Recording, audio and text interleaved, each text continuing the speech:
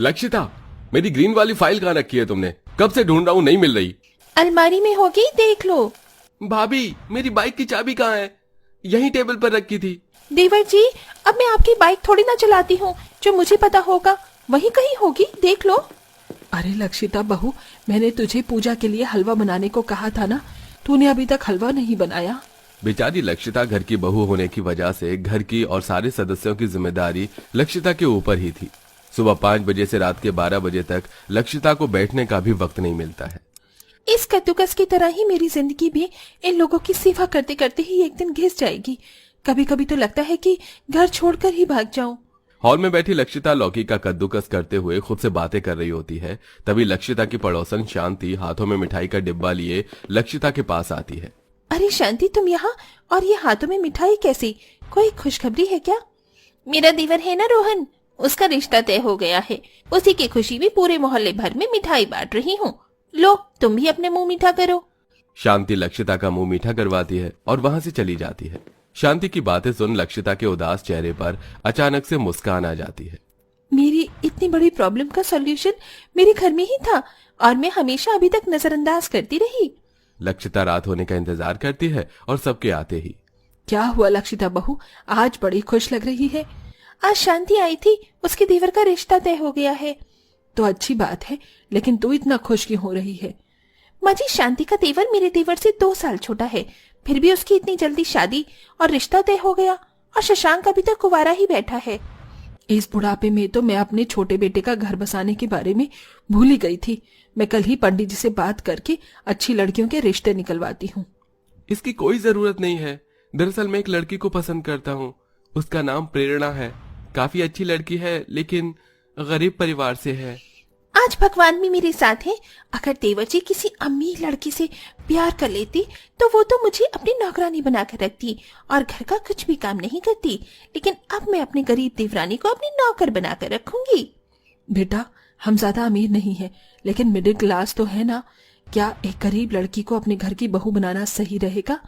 माँ जी, आप कैसी बातें कर रही हैं? आपके लिए अमीरी गरीबी ज्यादा जरूरी है या देवर जी का प्यार? लक्षिता की बातें सुन माधवी इस रिश्ते के लिए मान जाती है। माधवी कुछ दिनों में प्रेरणा के परिवार वालों से मिलकर प्रेरणा शशांक का रिश्ता तय कर देती है और 2 महीनों में ही प्रेरणा और शशांक की शादी हो जाती है और आखिरकार लक्षिता की गरीब देवरानी आ ही जाती है। शादी का पहला दिन गुजर जाता है और आज गरीब बहू की पहली रसोई की रस्म होती है। अपनी पहली रसोई का खाना बनाने के लिए प्रेरणा जैसे ही किचन में जाती है। हे भगवान, ये सब क्या है? मुझे तो लगा था कि मेरे मायके की तरह ही मेरे ससुराल में भी मिट्टी का चूल्हा होगा, लेकिन यहाँ तो ये शहरी गैस है और इसका इस्तेमाल करना तो मुझे नहीं आता। अगर मैंने इसके बारे में माँ जी को बताया तो वो मुझ पर काफी गुस्सा करेंगी। गरीब परिवार से होने की वजह से प्रेरणा ने शुरू से ही चूल्हे पर खाना बनाया था, इसलिए वो गैस सिलेंडर को देखकर काफी परेशान होने लगती है। तभी प्रेरणा की जेठानी लक्षिता किचन में आती है। क्या हुआ प्रेरणा, काफी परेशान लग रही हो, सब ठीक तो है ना? लक्षिता के पूछने पर प्रेरणा उसे सारी बात बताती है, जिसे सुन। ये तो सोने पर सुहागा हो गया। मैं तो खामखा ही सोच सोच कर परेशान हो रही थी कि कैसे इससे पहली रसोई में खाना चूल्हे पर बनवाऊंगी, लेकिन ये तो खुद ही इसके लिए तैयार है। प्रेरणा, तुम्हें परेशान होने की कोई जरूरत नहीं है। तुम्हें चूल्हे पर ही खाना बनाना है ना, तो ठीक है, आंगन में जाओ और मिट्टी का चूल्हा बनाकर उसे अपनी पहली रसोई की तैयारी कर लो। लक्षिता की बातें सुन प्रेरणा काफी खुश होती है, जिसके बाद अब वो आंगन में जाती है और गीली मिट्टी की मदद से घर की दीवार के सहारे चूल्हा बनाकर उसे अच्छे से सुखा लेती है। लेकिन जैसे ही प्रेरणा अपनी पहली रसोई की खाने की तैयारी करती है तो बारिश का मौसम होने की वजह से धीरे धीरे बूंदें बरसना शुरू हो जाती हैं। इंद्रदेव, क्या इस बारिश को भी अभी ही शुरू करना था? आज मेरी पहली रसोई है, बड़ी मुश्किल से ये मिट्टी का चूल्हा बनाया था, अब मैं खाना कैसे बनाऊंगी? बेचारी प्रेरणा जैसे तैसे करके बारिश में आधी भीगती हुई चूल्हे पर खाना बनाने की कोशिश करती है, लेकिन बार बार तेज चल रही हवा की वजह से चूल्हे की आग की लौ प्रेरणा की तरफ जाने लगती है, जिससे कई बार उसका हाथ जल जाता है। मेरा हाथ बहुत जल रहा है, लेकिन पहली रसोई का खाना बनाना भी जरूरी है। हे भगवान, मेरी मदद करो। बारिश में प्रेरणा के लिए खाना बनाना किसी कठिन परीक्षा से कम नहीं था। जहां बेचारी प्रेरणा को बारिश में चूल्हे पर खाना बनाने में बार बार कोई ना कोई दिक्कत परेशानी आ रही थी, वहीं ये सब देख लक्षिता काफी खुश थी। मेरे समय में तो माँ जी ने कड़ी धूप में मुझसे चूल्हे पर ढेर सारा खाना बनवाया था, कम से कम इसे कड़ी धूप में तो खाना बनाना नहीं पड़ रहा है। जितनी दर्द दुख परेशानी मैंने झेली है ना, उतना मेरी देवरानी भी झेलेगी। मन ही मन इतना सोच लक्षिता प्रेरणा के पास आती है। ये क्या प्रेरणा, तुमने तो अभी तक एक चीज भी नहीं बनाई। काश मैं तुम्हारी मदद कर पाती, लेकिन वो क्या है ना, अगर माँ जी को पता चला तो वो बहुत गुस्सा करेंगी। कोई बात नहीं भाभी, आपने कह दिया यही मेरे लिए काफी है, मैं खुद सब अकेले कर लूंगी। प्रेरणा को इस तरह देख लक्षिता काफी खुश होती है और अब आराम से अपने कमरे में जाकर आराम करने लगती है।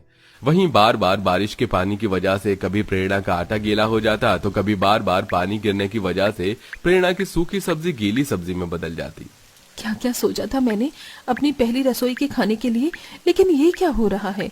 बेचारी प्रेरणा जैसे तैसे करके अपनी पहली रसोई का खाना तैयार करती है और सभी को खाना परोसती है, लेकिन किसी को भी प्रेरणा की पहली रसोई का खाना पसंद नहीं आता। प्रेरणा बहू, ये तूने कैसा खाना बनाया है। चावल में अभी तक पानी है और सब्जी भी कितनी बकवास है, सारी रोटियां भी जली हुई हैं। क्या यही कुछ सिखाया है तेरी माँ ने तुझे। प्रेरणा को अपनी सास से इतना डांट पड़ता देख लक्षिता मन ही मन काफी खुश होती है और अब लक्षिता धीरे धीरे कर प्रेरणा से अपने साथ हुई सभी चीजों का बदला लेने लगती है। लक्षिता प्रेरणा से घर के सारे काम नौकरानी की तरह करवाकर खुद महारानी की तरह हमेशा आराम करती है। प्रेरणा, मेरी कमर में काफी दर्द हो रहा है, क्या तुम मेरे भी कपड़े धो दोगी। हाँ भाभी।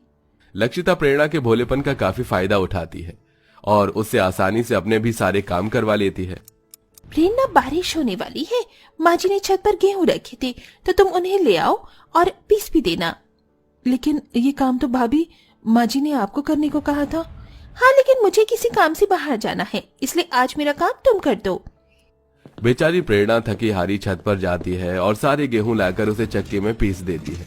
अपनी तरह ही प्रेरणा को सारा काम करता देख लक्षिता काफी खुश होती है और ऐसे ही काफी वक्त गुजर जाता है और आज माधवी घर में सुख शांति के लिए पंडित जी को बुलवाकर काफी बड़ी पूजा करवाती है और उनके खाने का सारा इंतजाम प्रेरणा को देती है। प्रेरणा बहू, मैं तुझे बहुत बड़ी जिम्मेदारी दे रही हूँ। पंडित जी के खाने में किसी भी तरह की कोई गलती नहीं होनी चाहिए। माँ जी, आप बेफिक्र रहिए, कोई भी गलती नहीं होगी। प्रेरणा को अभी तक गैस पर खाना बनाना नहीं आया था, इसलिए वो एक बार फिर आंगन में बने चूल्हे पर खाना बनाने लगती है। लेकिन बारिश होने की वजह से प्रेरणा जो पंडित जी के लिए खाना बनाती है उसमें से कुछ चीज जल जाती है तो कुछ चीज काफी बेकार बनती है, जिसे देख माधवी। एक जिम्मेदारी दी थी तुझे, वो भी तुझसे नहीं निभाई गई। और तुझे किसने कहा था कि चूल्हे पर खाना बनाने को। एक इंसान के लिए खाना बनाने के लिए तुझे चूल्हे की क्या जरूरत पड़ी थी। मुझे गैस पर खाना बनाना नहीं आता था, इसीलिए लक्षिता भाभी ने ही मुझे चूल्हे पर खाना बनाने को कहा। लक्षिता बहू, ये तो कल की आई है, लेकिन तुझ में भी दिमाग नहीं है क्या। अगर इसे गैस पर खाना बनाना नहीं आता था तो तू सिखा देती। घर की बड़ी बहू है, तू ये सब नहीं करेगी तो और कौन करेगा। माधवी की बातें सुन लक्षिता अपने गुस्से पर काबू नहीं रख पाती। बड़ी बहू हूँ, कोई प्राइम मिनिस्टर नहीं जो सारी जिम्मेदारी मुझ पर हो। मुझको तो आप सबने रोबोट समझ लिया है। परेशान हो चुकी थी मैं इन सब चीजों से, इसीलिए मैंने जानबूझकर प्रेरणा को चूल्हे पर खाना बनाने के लिए कहा ताकि वो भी झेले वो सब जो कि मैंने झेला है। इस बदले की आग ने तो हमें कहीं का नहीं छोड़ा। मुझे तो पंडित जी के भोजन की फिक्र सताई जा रही है। क्या करूं अब मैं। माँ जी, आप इस तरह परेशान मत होइए। अगर लक्षिता भाभी की जगह कोई और होता तो शायद वो भी यही करता। आप बस मुझे गैस चलाना सिखा दीजिए, मैं उस पर फौरन पंडित जी के लिए खाना बना दूंगी। माधवी गैस ऑन कर प्रेरणा को दे देती है और प्रेरणा जल्दी से अब गैस पर पंडित जी के लिए भोजन बनाती है, जो पंडित जी को काफी पसंद आता है। वहीं इतना सब कुछ करने के बाद भी अपने लिए प्रेरणा को बोलता देख लक्षिता को अपनी गलती का एहसास होता है। प्रेरणा, मैं जानती हूँ जो मैंने किया वो बहुत गलत था, लेकिन मैं क्या करती, प्लीज मुझे माफ कर दो। भाभी, ये आप क्या कह रही हैं। आप मेरी बड़ी बहन जैसी हैं, आपको मुझसे माफी मांगने की कोई जरूरत नहीं है। जो हुआ उसे भूल जाइए। प्रेरणा पल भर में लक्षिता को माफ कर देती है, जिसके बाद अब दोनों देवरानी जेठानी बहनों की तरह मिलजुल कर हंसी खुशी रहती हैं।